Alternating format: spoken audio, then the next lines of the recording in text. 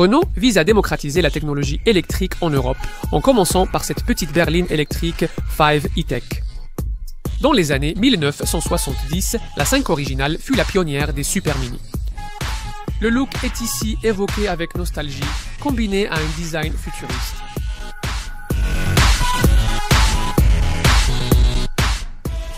La Renault 5 E-Tech électrique vise à redéfinir ce qu'une petite voiture électrique tendance peut être. Ici, nous allons y regarder de plus près. L'avenir de Renault commence ici même. En fait, tout a commencé en 2021, lorsque le tout nouveau président-directeur général de l'entreprise, Luca Di Maio, a jeté un œil au concept car Retro 5 E-Tech que ses designers venaient de dessiner, et a dit « construisez-le ». Cela a pris un certain temps pour que cela se produise, et entre-temps, cette nouvelle ère de la Renault 5 est devenue l'emblème de ce que Di Maio appelle le plan Renaulution pour transformer l'entreprise avec une gamme très différente de modèles principalement électriques. Elle est uniquement électrique, conçue pour remplacer la Zoé et repose sur la plateforme dédiée AMPR de l'entreprise qui est également utilisée pour la Renault 4 E-Tech électrique, légèrement plus grande, et pour la Nissan Micra nouvelle génération. La marque de performance associée, Alpine, vend une version sportive dérivée, la 290 comme toutes ses voitures. La 5 célèbre sa petite taille et vise à reproduire le succès continu sur le marché d'autres modèles rétro-modernisés de petites voitures électriques comme la Mini Cooper électrique et la Fiat 500. Comme pour ces voitures, beaucoup de technologies avancées se cachent derrière les éléments de design nostalgiques des années 70. Vous pouvez en savoir plus sur ce type de voiture en téléchargeant l'application Car and Driving, et si vous vous intéressez spécifiquement à cette 5 E-Tech électrique, il vous faudra rester avec nous pour l'essai le plus complet du secteur. L'essai routier Car and Driving.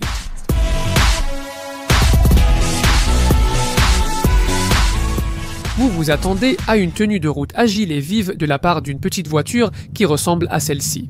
Et Renault affirme qu'il y a ici deux éléments de conception qui la rendent possible.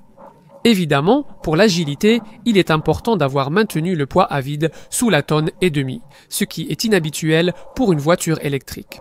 Ce qui est également rare pour une petite compacte, c'est le remplacement de la suspension arrière classique à poutre de torsion par une configuration arrière multibras plus sophistiquée, qui non seulement rend la conduite plus souple, mais offre aussi une stabilité supplémentaire lors de manœuvres extrêmes, comme éviter un enfant qui surgit sur la route. En termes de puissance, tout commence avec une version de base de 120 chevaux qui utilise une batterie de 40 kWh, offrant une autonomie de 305 km et qui atteint 100 km à l'heure en 9 secondes. Mais la 5 E-Tech sera principalement choisie dans sa version la plus puissante, avec un moteur de 150 chevaux alimenté par une batterie de 52 kWh, capable de porter l'autonomie de la voiture à 403 km entre deux charges. C'est ce que nous avons ici. La version à 52 kWh atteint 100 km à l'heure en 7,9 secondes, mais s'essouffle à 150 km à l'heure. Si vous voulez aller plus vite dans une 5, souvenez-vous qu'il y a toujours la version Alpine A2 190 de ce modèle, qui peut offrir jusqu'à 217 chevaux. La dynamique de conduite de la 5 standard est basée sur celle de la Renault Megane E-Tech, même si la direction n'est pas aussi précise et vive que dans cette voiture. Le rapport est passé de 12 pour 1 à 13 pour 7.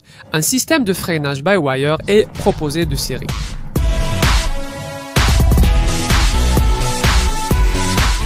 C'est ironique que les jeunes fashionistas branchés visés ici soient justement ceux qui ont le moins de chances de se souvenir de la Renault 5 des années 70 à laquelle cette voiture fait tant référence. Les Super Minis étaient bien plus petites à l'époque, et la 5 E-Tech est aussi extrêmement compacte, même selon les standards des petites citadines électriques, puisqu'elle ne mesure que 3,92 m de long. C'est une taille en dessous de quelque chose de plus conventionnel, comme une Vauxhall Corsa électrique. Pensez plutôt à une Fiat 500 M. Comme sa rivale italienne, il y a une délicieuse nostalgie qui se dégage de presque chaque partie de la carrosserie de cette petite française. Ce n'est pas seulement la forme familière que votre père reconnaîtra, la Renault 5 originale n'avait que 3 portes, d'où la façon dont les poignées arrière sont ici dissimulées dans les montants C pour rappeler cela. Les jantes sont grandes, 18 pouces. Il y a aussi des clins d'œil à la mythique Renault 5 Turbo, comme cette bosse décalée sur le capot qui, ici, intègre l'indicateur de charge de la batterie, mais fait référence à la prise d'air asymétrique de la version sportive d'origine. Il y a aussi des touches modernes et tendances, notamment les phares, l'un des rares éléments modifiés par rapport au concept Marusho de 2021. Ces LED s'inspirent des personnages de manga et s'illuminent avec un petit carré lorsque les feux de route ne sont pas activés, comme une pupille humaine qui vous fait un clin d'œil lorsque vous approchez de la voiture avec la clé. À l'arrière, la barre lumineuse pleine largeur du concept a été remplacée par un panneau en plastique noir qui vise à accentuer la largeur de 3,70 m. Et ce béquet arrière est un autre clin d'œil rétro à l'ancienne Renault 5 Turbo. Sera-t-elle aussi tendance à l'intérieur? Voyons cela. Eh bien oui. L'habitacle cherche aussi à combiner la technologie moderne avec un design rétro. La principale référence aux années 70 se trouve dans le moulage rembourré et surpiqué du tableau de bord côté passager, qui peut être habillé de plusieurs textiles durables distinctifs selon la finition choisie. Plus de 18% des matériaux de la voiture du véhicule est recyclé. Et vous pouvez avoir des garnitures en dénime fabriquées à partir de bouteilles en plastique polyéthylène téréphtalate récupérées. Des compteurs analogiques, comme sur le modèle d'origine, auraient apporté une touche nostalgique intéressante. Mais à la place, on retrouve l'écran du combiné d'instruments, désormais attendu, proposé en version 7 ou 10 pouces, selon la finition. Toutes les versions associent cet écran à cet écran central d'infodivertissement de 10 pouces basé sur Google System d'exploitation qui propose un assistant virtuel à commande vocale doté de ChatGPT, nommé Reno. Il est là pour vous aider à tirer le meilleur parti de votre Five. Non seulement il répond à des questions comme comment payer avec votre téléphone ou même comment changer un pneu par exemple, mais il vous rappelle aussi poliment avec des suggestions supposément utiles. Ainsi, par exemple, dans un embouteillage, Renault vous proposera de passer en mode éco pour plus de sobriété si vous avez les fenêtres ouvertes avec la climatisation allumée. Renault vous suggérera de l'éteindre. Irritant ou intuitif, à vous de décider. Les sièges offrent une large gamme de tissus colorés et peuvent comporter des inserts rembourrés épais façon velours côtelé. Les commandes de climatisation, heureusement, sont physiques et, de façon assez étrange, vous pouvez personnaliser le levier de vitesse avec une gamme d'accessoires à clipser qui ressemblent un peu à des rouges à lèvres.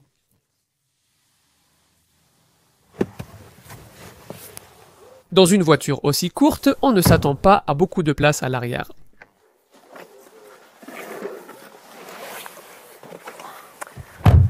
Il faut préciser que l'empattement de 2,54 mètres prend presque toute la longueur de la carrosserie.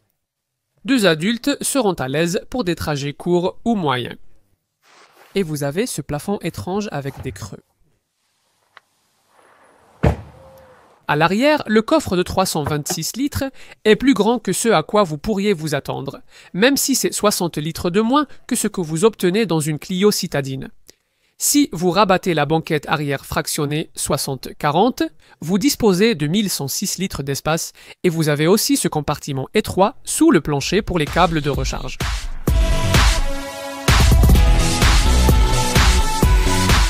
Laissons-nous vous présenter les tarifs de la E-Tech 5. En vigueur au moment de notre essai à l'été 2025.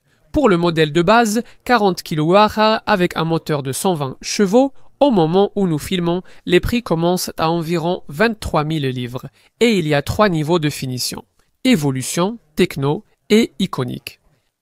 La plupart préféreront le modèle 52 kW avec le moteur de 150 chevaux, testé ici, proposé à partir de 27 000 livres, de finition principale, techno à environ 27 000 livres et iconique pour 2 000 de plus. Au moment de cet essai, il y avait également une version haut de gamme Roland Garros avec cette motorisation améliorée. Toute la gamme offre en série des phares LED, des jantes alliage 18 pouces Android Auto et Apple CarPlay sans fil. Et l'accès et le démarrage sans clé. Les modèles techno plus haut de gamme sont équipés d'un écran d'instrumentation de 10 pouces, de l'intégration Google pour le système d'infodivertissement, d'une recharge sans fil pour smartphone et d'une caméra de recul.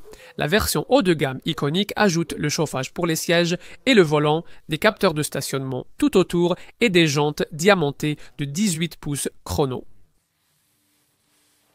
Un détail standard appréciable sur toute la gamme est l'indicateur de batterie sur le capot, qui affiche le chiffre 5 divisé en sections rétroéclairées indiquant le pourcentage de batterie.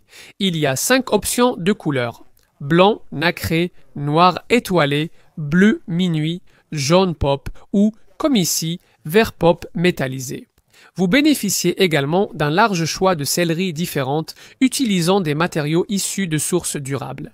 Les jantes de 18 pouces sont proposées dans différents styles et il existe diverses options de personnalisation pour les acheteurs. De plus, vous pouvez choisir des packs d'autocollants pour personnaliser davantage l'extérieur. Nous terminerons par un aperçu de l'équipement de sécurité. Caractéristiques spécifiques. Elle varie selon la gamme, mais il existe un très large éventail de fonctionnalités de sécurité par caméra, notamment le freinage d'urgence automatique et l'assistance active au conducteur qui maintient une distance de sécurité avec le véhicule qui précède. En plus, il y a l'alerte de franchissement de ligne. L'assistance au maintien de voie. L'alerte d'angle mort signale la présence d'un véhicule dans votre angle mort. Alerte de circulation transversale arrière activée. Si vous reculez d'une place, il y a la détection avant et arrière avec correction de trajectoire d'urgence, et cela vous avertit d'une collision potentielle avec un véhicule en dépassement sur une voie adjacente. Il y a aussi l'alerte de sortie sécurisée pour les occupants et comme vous pouvez vous y attendre, l'alerte d'attention du conducteur. Reconnaissance panneau et alerte vitesse.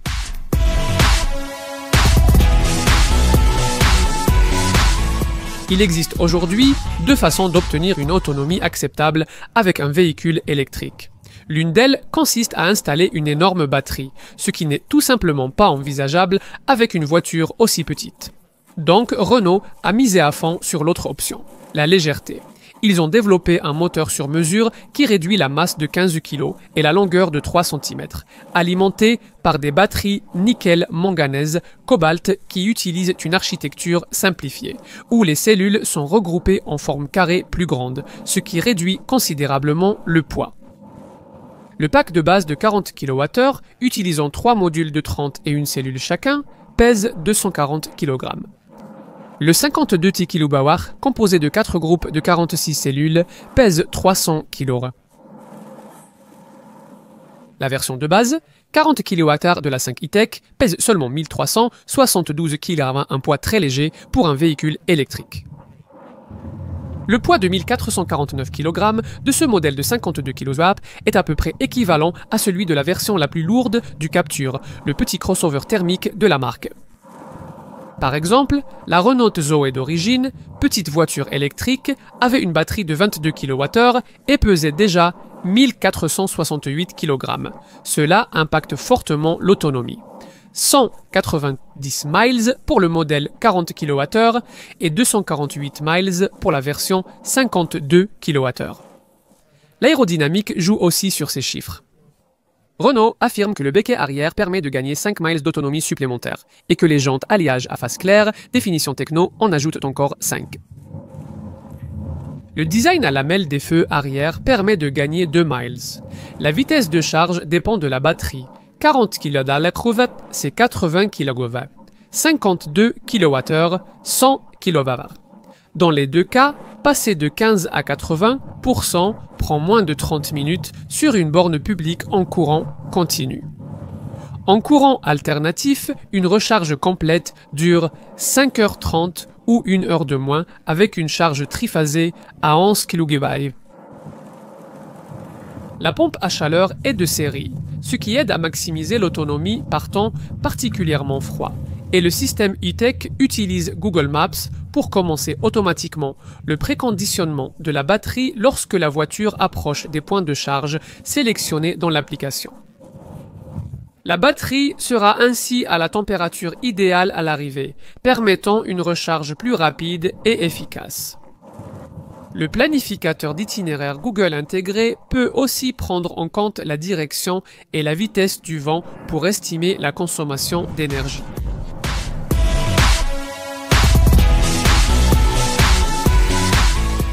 La 5 E-Tech n'a pas besoin d'être le modèle principal du segment B de Renault, ce qui lui permet d'être innovante et plutôt unique.